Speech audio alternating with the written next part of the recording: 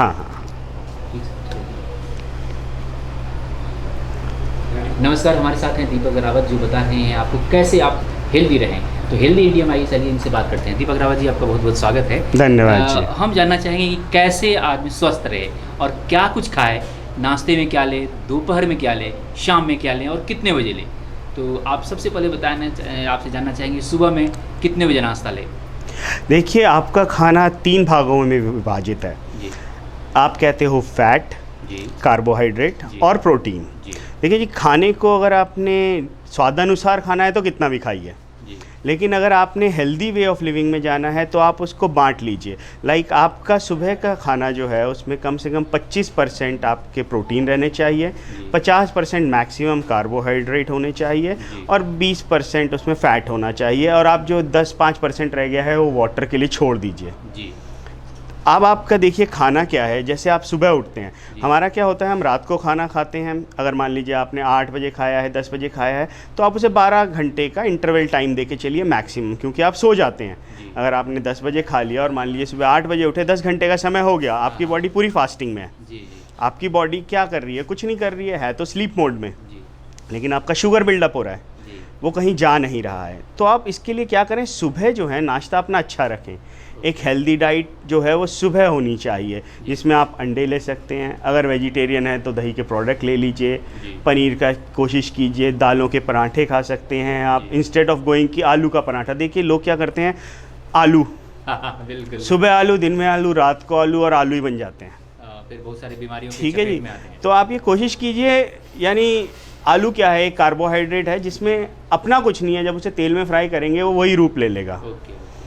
आप रोटी में भी कार्बोहाइड्रेट है, मैं मानता हूँ कुछ न्यूट्रिएंट्स भी हैं, जी लेकिन उसको थोड़ा साइड रखिए, क्योंकि अब आपको एक हेल्दी डाइट चाहिए। कुछ लोग कॉर्नफ्लेक्स का नाश्ता करते हैं, आप देखेंगे वो ज़्यादा हेल्दी हैं। बिल्कुल बिल्कुल। ठीक है, आजकल ब्रेडें आ गई हैं, होल मील्स ब्रेड, वीट। तो क्या सुबह में जैसे आपने कहा पराठा लिए, रोटी लिए, कुछ भी लिए, अंडे लिए, हाँ। क्या एक गिलास दूध लेना है वहाँ से? सर 1 गिलास से आप ज़्यादा पीजिए दूध, मैं तो कहता हूँ सुबह उठते ही दूध पी लीजिए, ओके।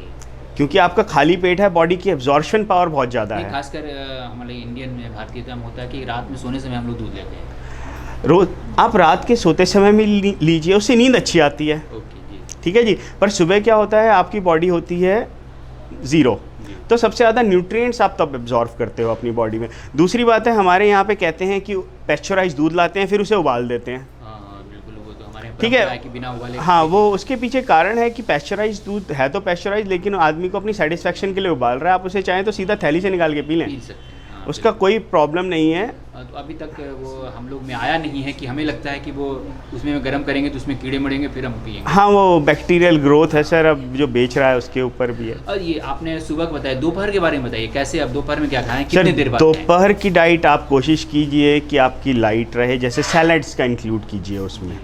क्या होता है, रफेज आपके मेटाबॉलिज्म और बाउलिंग सिस्टम के लिए बहुत अच्छा है। अगर आप उसमें कोशिश करेंगे, सलाद खा लीजिए, राजमा खा लीजिए। ठीक है। अब कुछ लोगों को राजमा से गैस हो जाती है, जी अब वो उसके एवज में चाहे कोई हल्की दाल ले लें, जी अरहर ले लें, मूंग ले लें, हल्का तड़का लगाएं और हल्की दाल खाएं। आप चावल खाना चाहें, देखिए किसी चीज़ की कोई प्रॉब्लम नहीं है, चावल खाने से शुगर नहीं होता है। जी जो कंटेंट शुगर का आटे में है ऑलमोस्ट उतना ही चावल में है। प्रॉब्लम क्या है कि अब ऐसा तो मद्रास में सबको शुगर हो गया होता, हाँ बिल्कुल। ठीक है, तो किसी को है नहीं। उसके पीछे कारण है आपकी इनटेक कैसी है। जी आप हर चीज़ को एक पोर्शन और क्वांटिटीज़ में बांटिए। चावल ले रहे हैं 125 ग्राम खा लीजिए, रोटी खा रहे हैं 2 खा लीजिए। देखिए आपकी कैलोरीफिक वैल्यूज़ अलग हो सकती हैं। जी अगर आप एक्सरसाइज करते हैं तो अलग लेंगे, बिल्कुल। लेकिन आप ये सोच के चलिए कि आपकी नेसेसिटी कितनी है, आप उस पर अपना कीजिए, लेकिन सलाद दिन को ज़रूर रखिए। ओके ठीक है। और कॉफ़ी और कैफ़ीन जी अवॉइड कीजिए। लाइक चाय लगती तो बहुत अच्छी है, हल्दीराम की चाशनी से भी बढ़िया है वो, इतनी मीठी पी लेते हैं हम, तो आपकी एनर्जी यूज़ नहीं होती है, उसके बाद वो स्टोर होने लगता है जी और वो जो है टिश्यूज़ जो हैं आपके फूलने लगते हैं, यू बिकम फैटी बेसिकली। तो शाम में क्या लें और कितनी देर बाद लें, मतलब 8 बजे के देखिए बाद कि खाना खाना कहते है? हैं खाने का सही तरीका है कि आप उसको 2-2 घंटे के अंतराल पे खाएं। ओके, मान लीजिए आप खाना खा रहे हैं तो आप कोशिश कीजिए कि 2 घंटे बाद हल्का खाना खा के स्नैक्स खा लिए, छोटा सा 2 बिस्कुट खा लिए।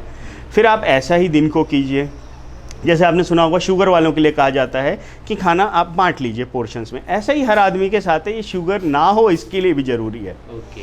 ठीक है जी। अब आपका सारा दिन पेट की प्रक्रिया चल रही है, तो खाना आपने मान लीजिए 8 बजे खा लिया, 8 बजे आप हल्का खाना खाएं। बेसिकली क्या होता है, अंग्रेज सूप खाते हैं तो हमें लगता है यार सूप खा रहा है, जबकि दाल हमारा एक सूप ही है।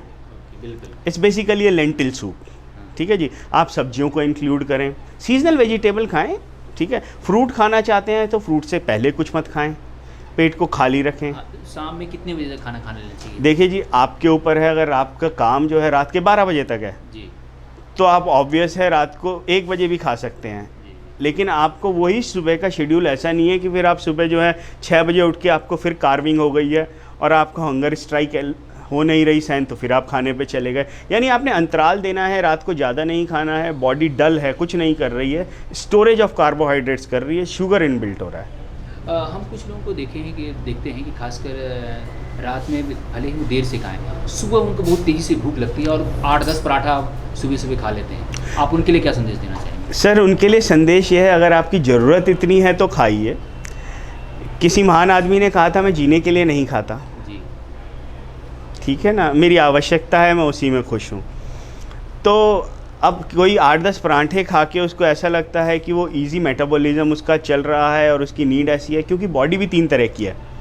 एक है नॉर्मल बॉडी, ठीक है जी, एक है वो आदमी जो 2 रोटी खाता है तो उसके लिए वो 20 रोटी का काम करता है, और कोई एक बॉडी है, यानी हाइपर एक्टिविटी बॉडीज़ हैं ये, जिसको 8 पराठे खा के भी शरीर में लगता ही नहीं, वो पतले का पतला रह जाता है। तो ये देखिए मेटाबॉलिज्म, आपने फरहान अख्तर का नाम सुना होगा, जावेद अख्तर के बेटे हैं फरहान अख्तर।